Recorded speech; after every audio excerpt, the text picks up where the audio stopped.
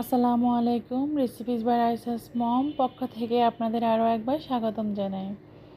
আজ আপনাদের মাঝে নিয়ে এলাম পাট শাক দিয়ে একটা ভিন্ন ধরনের রেসিপি।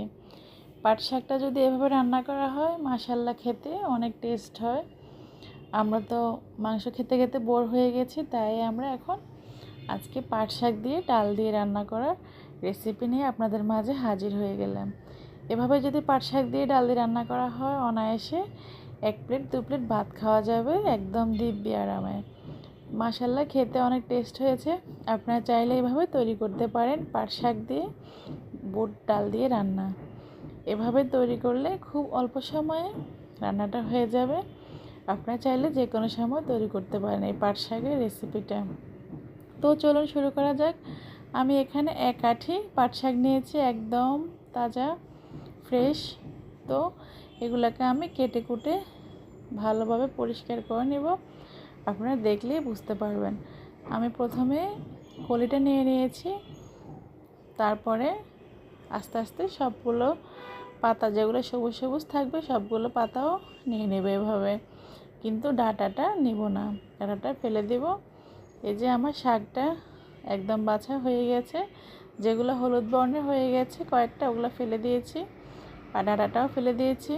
আগাটা ভেঙে ভেঙে নিয়েছে, সবুজ পাতাগুলো নিয়ে এলাম। তো আমি এগুলাকে এখন সাইডে রেখেই তারপরে এগুলাকে আমি কেটে নিয়েছি। এখন ভালোভাবে ধুয়ে পরিষ্কার করে নেব। করার পরে আমি চুলে ডালটা বসিয়ে দিয়েছি অফ ক্যামেরায়। ডালটা আমার সিদ্ধ হয়ে গেছে। এখানে আমি 250 গ্রাম ডাল দিয়ে 1 আঁটি পাট শাক রান্না করতেছি। আপনারা চাইলে আপনাদের সদস্য অনুযায়ী বাড়িয়ে কমিয়ে তৈরি করতে পারবেন।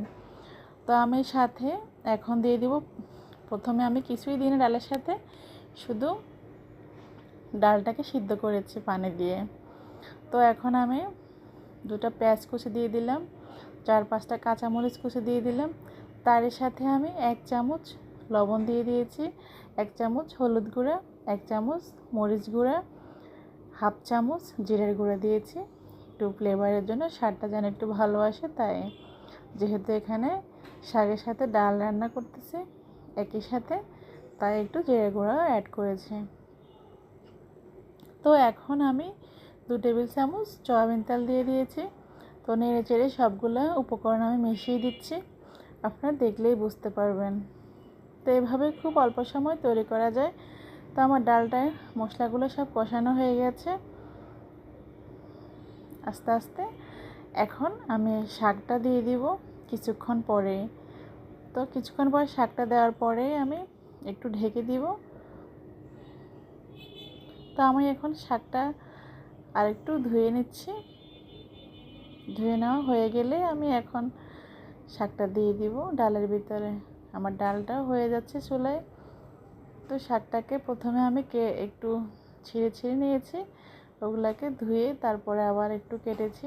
এখন আরেকবার ধুচ্ছি যেন ভালোভাবে পরিষ্কার হয়ে যায়। আপনারাও বারবার করে ধুবেন, কোনো রকমের বালি তার লাগবে না খেতে। এভাবে ভালোভাবে পরিষ্কার করে ধুলে একদম বালি থাকে না শাকে। তো আমি অনেকবার ধুয়েছি, প্রায় 5-6 বার করে শাকগুলোকে ধুয়ে পানি ঝরিয়ে তারপর ডালের সাথে অ্যাড করে মিশিয়ে দিয়ে ঢাকনা দিয়ে রাখবো কিছুক্ষণ। তো আমি ডালের ভিতরে শাকটা দিয়ে দিলাম। এখন একটু নেড়ে চেড়ে ডালটাকে ঢেকে দিব। কিছুক্ষণ ঢাকানোর পরে 5 মিনিট ঢাকি রান্না করব। আর পুরো শাকটা সিদ্ধ হওয়া পর্যন্ত ঢাকা দেব না, না হয় সবুজ কালারটা শাকের নষ্ট হয়ে যাবে। তাই আমি মাত্র 5 মিনিট ঢাকনা দিয়ে রাখবো। সবুজ কালারটাও থাকবে, দেখতেও ভালো লাগবে, খেতেও খুব ভালো লাগবে। শাক রান্না করলে যদি বা শাক ভাজি করলে যদি সবুজ না থাকে তাহলে খেতে ভালো লাগে না, দেখতেও ভালো লাগে না। আপনারা কি মনে করেন কমেন্টে জানিয়ে দিবেন। কমেন্ট বক্স অন আছে। আমার আজকের এই শাক দিয়ে ডাল রান্নার রেসিপি যদি কোনো অংশে ভালো লেগে যায় আপনাদের, তাহলে একটা লাইক দিতে ভুলবেন না প্লিজ। আপনাদের লাইক আমাকে অনেক অনুপ্রেরণা করে নতুন করে রেসিপি নিয়ে আসার জন্য আপনাদের মাঝে। আর যারা এখান পর্যন্ত দেখতেছেন আছেন তাদেরকে অসংখ্য অসংখ্য ধন্যবাদ। আমার ছোট্ট চ্যানেলটিকে বড় করার সুযোগ করে দেওয়ার জন্য আপনাদেরকে অসংখ্য ধন্যবাদ। একটা লাইক দিবেন, তার সাথে সাবস্ক্রাইব করে পাশে থাকা বেল আইকন অপশনটি অন করে রাখবেন। যখনই আমি নতুন কোনো রেসিপির ভিডিও আপলোড করব আপনাদের মোবাইলে সবার আগে নোটিফিকেশান পৌঁছে যাবে। আপনারা চাইলে আপনাদের সময় সুযোগ অনুযায়ী দেখে নিতে পারবেন। সুন্দর সুন্দর সহজ রেসিপি পেতে হলে আমার চ্যানেলটি সাবস্ক্রাইব করে সাথেই থেকে যাবেন। তো আমার ডাল রান্নাটা হয়ে গেছে। এখন আমি এখানে 2টো পেঁয়াজকে কুচি করে সাথে একটা রসুনকে কুচি করে দিয়ে বেরেস্তা করে নিয়েছি। এখন ডালটাকে বাগার করতেছি। মাশাআল্লাহ, কালারটা খুব সুন্দর এসেছে। আপনারা চাইলে এভাবে খুব সহজেই তৈরি করতে পারেন পাট শাক দিয়ে ডাল দিয়ে রান্না। এত অল্প সময় তৈরি করা যায়।